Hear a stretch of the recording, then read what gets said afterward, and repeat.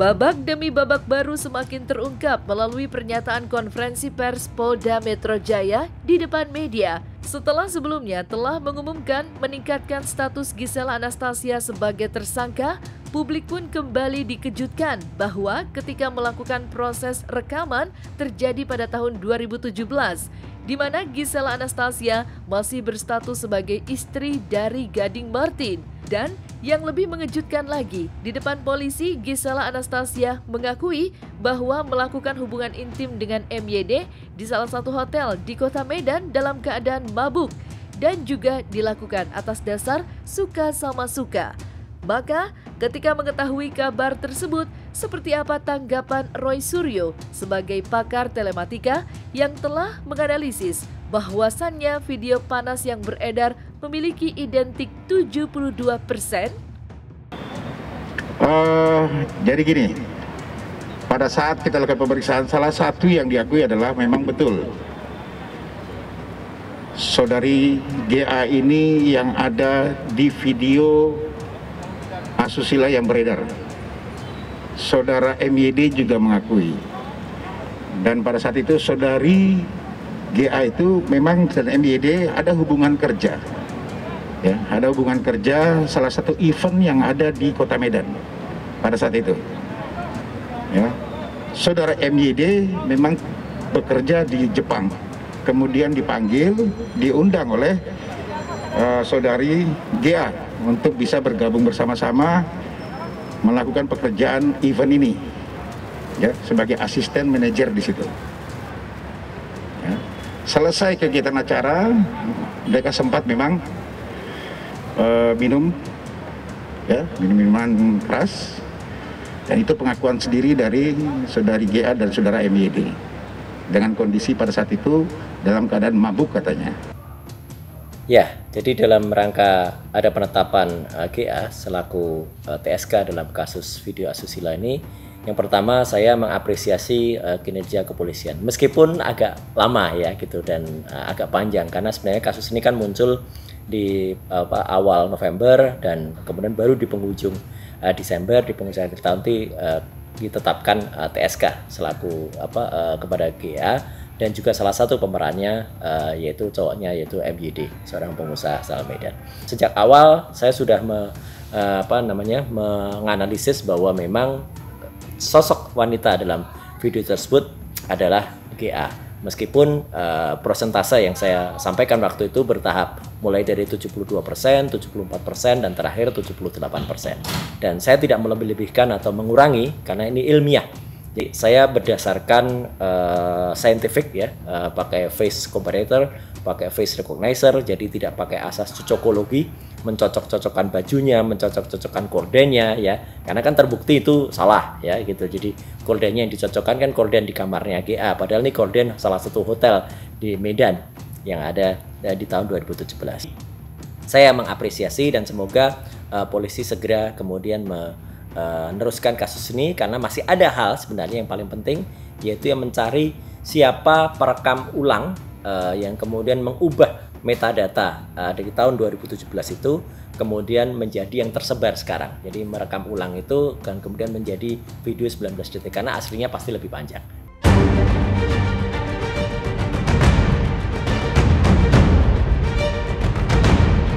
Menurut Roy Suryo selaku pakar telematika, memang benar adanya perbedaan kisah antara kasus video panas Gisela Anastasia dengan kasus video panas Ariel.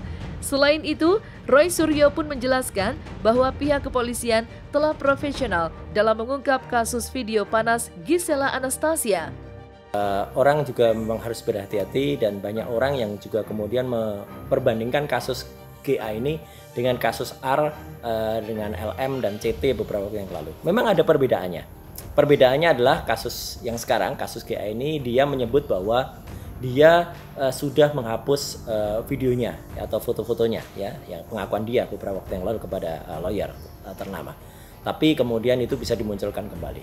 Nah, kalau kasus R waktu itu adalah memang dia menjadi pelaku ya, itu karena apa? Dia memindahkan foto-foto dan video yang dia buat itu kepada dia pindah pada satu PC, satu komputer yang ada di Sanggar Grup Band PP yang ada di Bandung.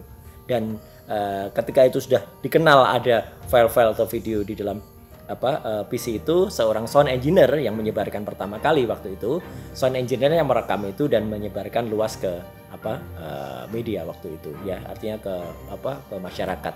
Jadi dia si AR itu dikenai pasal Undang-Undang ITE karena dia membuat dapat diaksesnya video-video pornografi. Nah, kalau kasus GA ini, GA dikenakan Undang-Undang Pornografi nomor 44. Kenapa dia? Karena dia merekam dan membuat rekaman itu tidak bisa menyimpan dengan baik, ya. Jadi membuat rekaman yang sifatnya adalah pornografi atau porno aksi. Jadi memang ada sedikit perbedaannya. Dan memang saya sekali lagi menghimbau agar kepolisian tidak berhenti di GA ini, kalau bisa diungkap siapa yang kemudian melakukan retake, ya, retaker dari video yang beredar itu. Karena GA ini kan video yang awal aslinya bukan 19 detik, aslinya lebih panjang, itu kan metadatanya itu kan tahun 2017, ya. Bulan dan tanggalnya nanti akan terungkap, ya, karena itu nanti akan bisa dicocokkan dengan catatan di hotel di Medan yang bersangkutan, dicocokkan dengan sosok MJD,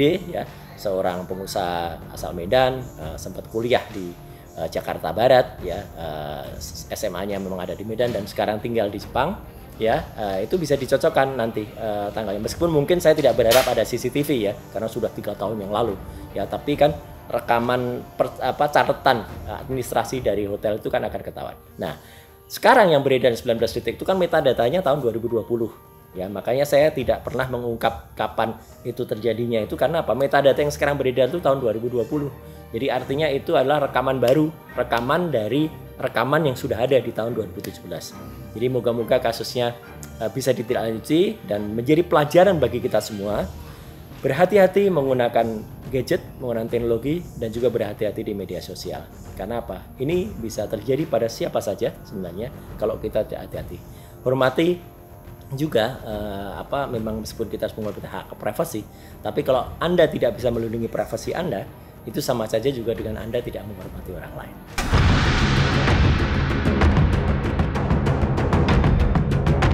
Dan ketika Roy Suryo mengatakan telah mengapresiasi pihak kepolisian Polda Metro Jaya dalam mengungkap kasus video panas Gisela Anastasia, di lain pihak, Aris Merdeka Sirait, selaku Ketua Komnas Perlindungan Anak, berpendapat beredarnya video panas Gisela Anastasia telah membuat keresahan dalam masyarakat.